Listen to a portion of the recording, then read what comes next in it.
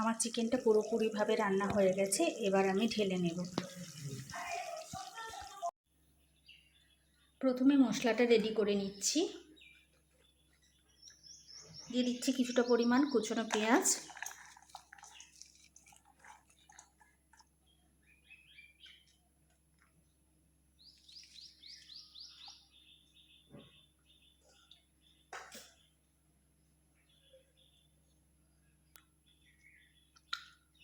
দিয়ে দিচ্ছি আদা বাটা,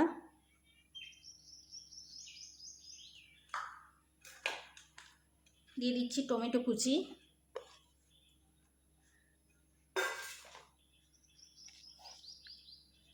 পরিমাণ মতো লবণ,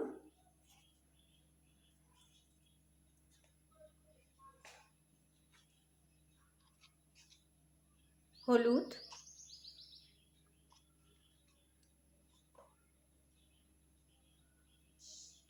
লঙ্কার গুঁড়ো,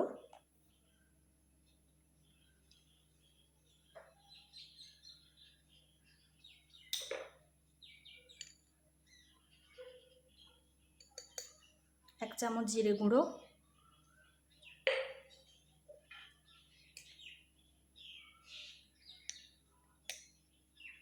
এক চামচ ধনে গুঁড়ো।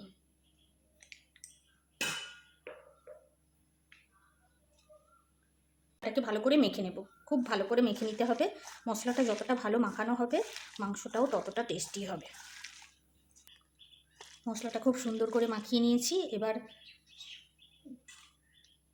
চিকেনটাকে ভালো করে ধুয়ে জল ঝরিয়ে রেখেছিলাম। এবার চিকেনগুলো দিয়ে আবার মেখে নেব। দিয়ে আধ ঘন্টা মতো আমি ম্যারিনেট করে এইভাবে রেখে দেব।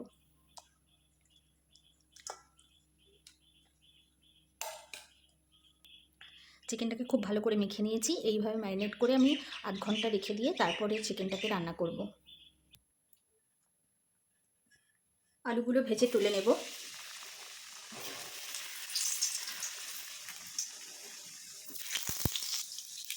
আলুগুলোকে আমি প্রায় 70% মতো সেদ্ধ করে নিয়েছি লবণ দিয়ে, যাতে করে মাংসতে যখন আলুগুলো দেব এত সুন্দর খেতে লাগে।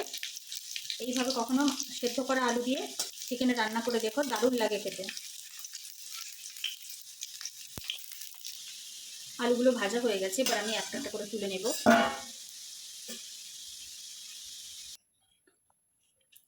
কড়াই আর একটু সর্ষের তেল দিয়ে গরম করে নিয়েছি।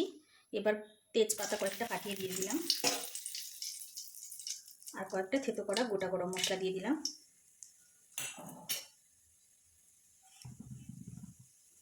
গরম মশলা থেকে খুব সুন্দর একটা গন্ধ বেরোবে। এরপরে দিয়ে দেব বেটে রাখা রসুন বাটা।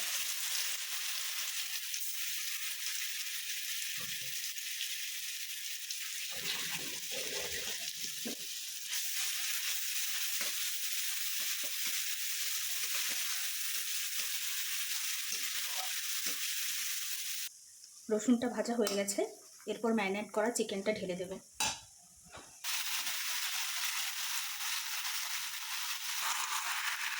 ভালো করে কষিয়ে নেব।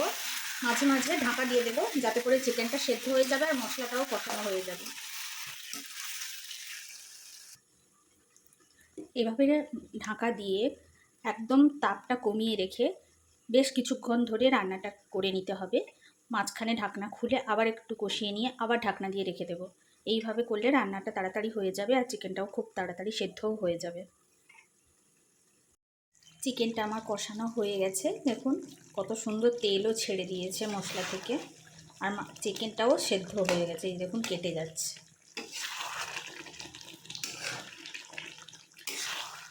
এরপর আমি আলুগুলো অ্যাড করে দেব।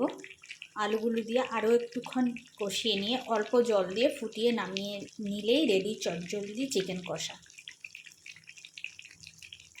কোনো রকম আলাদা মশলা কষানোর কোনো ঝামেলা ছাড়াই খুব তাড়াতাড়ি এত সুপার টেস্টের একটা চিকেন কষা রেডি হয়ে যায়।